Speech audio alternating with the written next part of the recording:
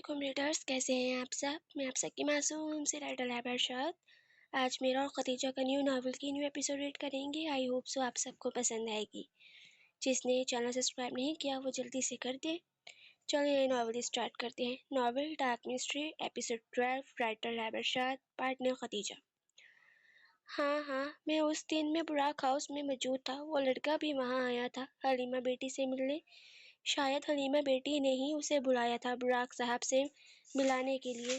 وہ اس کو اندر گھر میں لینے گئی تھی اور میں باہر کشمالہ کی تصویریں لے رہا تھا جب مجھے گھر سے شور کی آواز آئی تھی۔ میں نے کشمالہ سے کہا تھا کہ وہ حلیمہ بیٹی کو بلا لائے اور میں خود اندر گیا تھا۔ جب میں اندر پہنچا تو میں نے دیکھا کہ براق صاحب اس لڑکے پر چیخ رہے تھے، چلا رہے تھے، اسے دھمکیاں بھی دے رہے تھے۔ وہ لڑکا امیر نہیں تھا، براق فیملی کے اسٹینڈرڈ کا نہیں تھا۔ وہ آدمی لان میں ٹہلتا ہاشم کو بتا رہا تھا۔ ہاشم اکیلے آیا تھا وہاں اس آدمی سے ملنے۔ جب بائک پر دو بائک سوار آئے تھے اور اس آدمی کو گولیاں مار کر جا چکے تھے۔ ہاشم نے اس اچانک حملے پر اس نے ایمبولینس کو کال کی تھی، لیکن وہ آدمی دم توڑ چکا تھا اور ان بائک سوار کا بھی کچھ پتہ نہ چل سکا تھا کہ ہاشم کو یہ سب اور مشکل لگ رہا تھا۔ کشمالہ اپنے روم میں بیٹھی ہاشم کو کال کر رہی تھی جب اسے باہر سے کچھ گرنے کی آواز آئی تھی۔ اس نے ٹائم دیکھا تھا جہاں گھڑی رات کے 12 بجا رہی تھی اور سارے ملازمین اپنے کوارٹر میں سو چکے تھے۔ وہ اپنی لیڈیز گن نکالتی باہر آئی تھی اور اچانک اس کے منہ پر کسی نے ہاتھ رکھا تھا۔ چھوڑو مجھے، چھوڑو، وہ غصے سے اپنے ہاتھ کھولنے کی کوشش کرتی بول رہی تھی۔ چھوڑ دوں گا لیکن اس سے پہلے تم ہاشم کو کہو گی جو کچھ بھی ہوا ہے وہ صرف تمہارا بنایا گیا ایک کھیل تھا۔ نہیں بولوں گی، کبھی نہیں بولوں گی۔ بتاؤ کیا کر لو گے تم؟ کشمالہ اس آدمی کو دیکھتی شیرنی بنی تھی۔ کشمالہ تم جانتی ہو اچھے سے میں کیا کر سکتا ہوں، میں تمہیں مار ڈالوں گا، سمجھی؟ وہ آدمی غصے سے اپنی جگہ سے کھڑا ہوا تھا۔ تم مجھے نہیں مار سکتے، میں کوئی عام لڑکی نہیں ہوں، میں ہاشم کاظمی کی بیوی ہوں۔ میرے مرنے پر سب سے پہلے تمہارے بھائی کا شک تم پر ہی جائے گا، کشمالہ مسکرا کر بولی تھی۔ دیکھو میں تمہیں کچھ نہیں کہنا چاہتا، تم سنو میری بات۔ دیکھو ہاشم میرا چھوٹا بھائی ہے، وہ میری جان ہے اور اس کی جان تم میں بسی ہے۔ دیکھو پلیز، میں نے بہت کچھ گنوایا ہے اور کچھ کھونا نہیں چاہتا۔ ایلبرٹ بولا تھا۔ واہ مسٹر ایلبرٹ، اپنی باری میں کیسے تمہیں یاد آ گیا؟ تمہاری وجہ سے میری بہن مری، میرے پاپا چلے گئے اور تم کہتے ہو نہیں نہیں، ہرگز نہیں، میں ایسا کچھ نہیں کروں گی، میں انصاف لوں گی تم سے۔ دیکھو تم غلط سمجھ رہی ہو، جیسا تم سمجھ رہی ہو ایسا کچھ نہیں ہوا تھا، میں نے تمہاری بہن کو نہیں مارا تھا، ایلبرٹ کشمالہ کو سمجھاتے بولا تھا۔ چپ ہو جاؤ، میں اپنی بہن کا خون کبھی معاف نہیں کروں گی۔ کشمالہ جو کب سے ہاتھ کھولنے کی کوشش کر رہی تھی اس کے ہاتھ کھل چکے تھے۔ اس نے اپنی گن اٹھاتے ایلبرٹ کو نشانہ بنایا تھا۔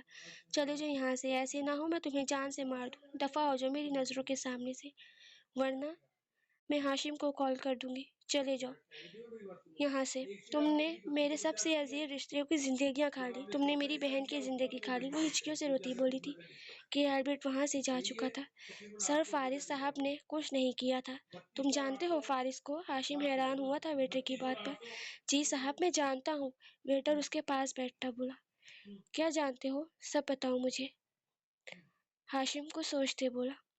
صاحب فارس صاحب غریب تھے، ان کو اور حلیمہ بی بی کا افیئر چل رہا تھا صاحب، لیکن جب حلیمہ بی بی کے والد کو پتہ لگا تو انہوں نے اپنی بیٹی کو مروا دیا صاحب جی، اور سارا کا سارا الزام فارس صاحب کے سر لگا دیا۔ ابھی وہ سچ بول، ایک بھی لفظ جھوٹ ہوا تو چھوڑوں گا نہیں میں، ہاشم گڑرایا تھا۔ قسم اٹھوا لو صاحب، سچ بول رہا ہوں، ویٹر ہاشم کے سامنے ہاتھ جوڑتے بولا۔ اوکے تم جا سکتے ہو، ہاشم نے بالوں میں ہاتھ پھیرتے کہا تھا۔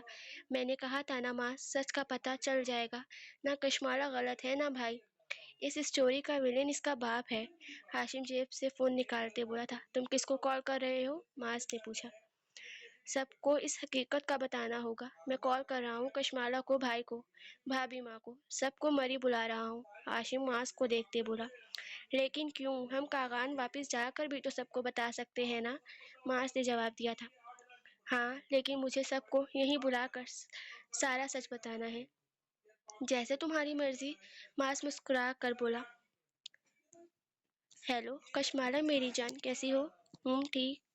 تم واپس کب آؤ گے؟ کشمالہ نے سوال کیا تھا۔ میں نہیں، تم مری آؤ گی، ہاشم خوشی سے بولا۔ لیکن کیوں؟ دوسری طرف سے کشمالہ حیران ہوئی تھی۔ سچائی پتہ چل گئی ہے، بس تم مری آؤ، میں باقی سب کو بھی بلا رہا ہوں، جلدی آنا۔ اوکے، اللہ حافظ کہتے وہ فون بند کر چکا تھا۔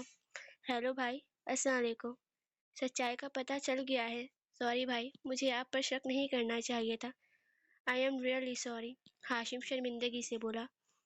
کوئی بات نہیں ہاشم، کوئی بات نہیں، تمہیں جو ٹھیک لگا تم نے وہ کیا۔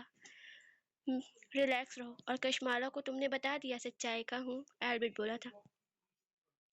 نہیں بھائی، میں نے اسے نہیں بتایا، میں نے یہاں بلایا ہے اسے، اور آپ کو بھی اس لیے فون کیا ہے تاکہ جو غلط فہمیاں ہیں سب ختم ہو جائے۔ اس کی بات سن البرٹ کا چہرے کا رنگ اڑا تھا۔ لیکن کیوں ہاشم، ایسا کیوں کیا ہے تم نے؟ وہ سب آپ کو یہاں آ کر پتہ چلے گا، جلدی سے آ جائیں بھائی۔ اس نے سب کو مری بلا دیا تھا۔ وہ بہت خوش تھا، لیکن وہ ابھی اس بات سے انجان تھا کہ جو اس نے سنا تھا، جانا تھا، وہ آدھا سچ تھا، پورا سچ نہیں تھا۔ معاذ، تیرا فون آ رہا ہے یار، ہاشم معاذ کو آوازیں لگاتے بولا۔ لیکن معاذ اسے کہیں نظر نہ آیا تھا۔ اس نے فون دیکھا تھا جہاں البرٹ کے نام سے نمبر جگمگا رہا تھا۔ اس نے مسکرا کر فون اٹینڈ کیا تھا، لیکن جیسے جیسے وہ سن رہا تھا اس کا رنگ بدلا تھا۔ وہ اپنے قدموں پر کھڑا نہ رہ سکا تھا، اس کے قدم لڑکھڑائے تھے، اسے اپنا سر گھومتا ہوا محسوس ہو رہا تھا۔ اس کے دروازے پر بیل ہوئی تھی۔ اس نے دروازہ کھول کر دیکھا جہاں اس کی بھابھی ماں کھڑی تھی۔ بھابھی ماں، کچھ نہیں رہا، سب ختم ہو گیا ہے بھابھی، وہ ہچکیوں سے روتے بولا تھا۔ کشمالہ کار ڈرائیو کر رہی تھی جب البرٹ اور معاذ اس کی کار کے سامنے آئے تھے۔ اسے موقع دیے بغیر وہ اس کی گاڑی کا دروازہ کھول کر اس میں بیٹھ چکے تھے۔ دیکھو کشمالہ، تمہیں میں آخری موقع دے رہا ہوں، تم نے جو یہ سب کیا ہے وہ سب ٹھیک کرو۔ میں اپنا بھائی نہیں کھونا چاہتا، اور شاید تم بھی اپنی زندگی نہیں کھونا چاہتی ہوگی، البرٹ طنزیہ مسکراہٹ سے بولا۔ نہیں، مجھے میری فکر نہیں ہے، بھلے تم مجھے ابھی مار دو، لیکن میں سچائی کا پتہ کر کر ہی رہوں گی۔ وہ گاڑی ہاشم کے مری والے فارم ہاؤس پر رکی تھی۔ ہاشم، تمہارے البرٹ بھائی ٹھیک کہہ رہے ہیں، ایسا کچھ نہیں ہے، جو میں نے کہا تھا وہ سب جھوٹ تھا۔ کشمالہ، تم مجھ سے جھوٹ نہیں بول سکتی، ساری سچائی میں نے اپنے کانوں سے سنی ہے۔ بھائی، جب آپ نے معاذ کو کال کی تھی وہ کال میں نے سنی تھی، اور میں نے سب سنا ہے، میں نے سارا سچ سنا ہے بھائی، پلیز۔ کشمالہ، اب جھوٹ نہ بولنا، تم بھائی کو بچا رہی ہو تم۔ کشمالہ، مجھے تم سے یہ امید نہیں تھی، تم مجرم کا ساتھ دو گی، ہاشم غصے سے بولا تھا جب پیچھے سے آواز آئی تھی۔ کیا کہا؟ ہم بھی کچھ بولیں؟ وہ ایک مردانہ آواز تھی۔ جب وہ لوگ پیچھے مڑے تو وہاں ابھیا اور ایک انجان آدمی کھڑا تھا، اور اس کے پیچھے ہی ایک آدمی ایک انسان کے گلے پر چھری رکھے کھڑا تھا، اس کے منہ کو چھپایا ہوا تھا۔ وہاں پر صرف اس انجان آدمی کو البرٹ نے پہچانا تھا۔ تم یہاں کیا کر رہے ہو ذلیل انسان؟ وہ اس پر چیخا تھا۔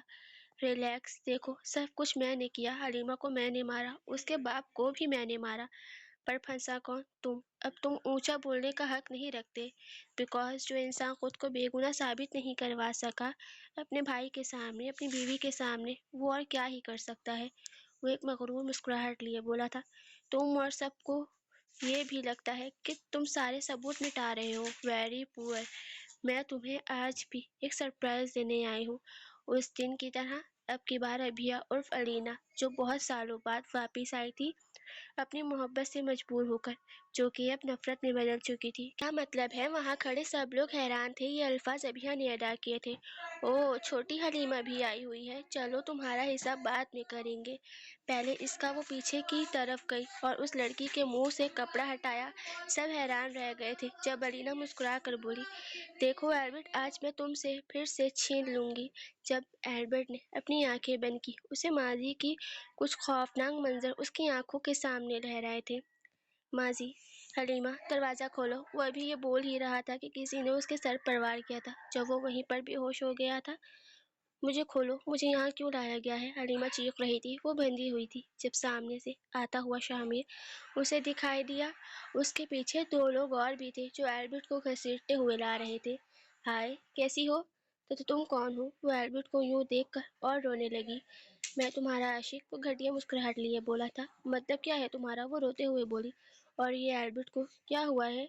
اور رکو، اسے اٹھاتے ہیں، اس کے بغیر کوئی کام نہیں ہوگا۔ اس نے فوراً سے فارغ البرٹ کے اوپر پانی پھینکا تھا۔ تو وہ فوراً سے اٹھا، پر فارس کو اس وقت زنجیروں میں بند کیا ہوا تھا۔ اس کی نظر سب سے پہلے حلیمہ پر گئی تھی۔ تم یہاں کیا کر رہی ہو اور یہ تمہیں باندھا کس نے ہے؟ وہ کہیں غور نہ کر پایا۔ ایلبرٹ پلیز مجھے بچا لو، وہ رونے لگی تھی۔ اوہ اب تو نہیں کچھ ہو سکتا، اب تو سب ختم۔ پیچھے سے الینا کی آواز آئی۔ جب شامر اسے دیکھ مسکرایا، ایلبرٹ کو ساری بات سمجھ آئی تو وہ خود کو دیکھنے لگا۔ وہ خود زنجیروں میں پوری طرح سے قید پایا تھا۔ شامر آہستہ آہستہ قدم بڑھانے لگا۔ جو وہ چلانے لگی، اسے سمجھ آ گئی تھی اب کیا کرنے والا ہے۔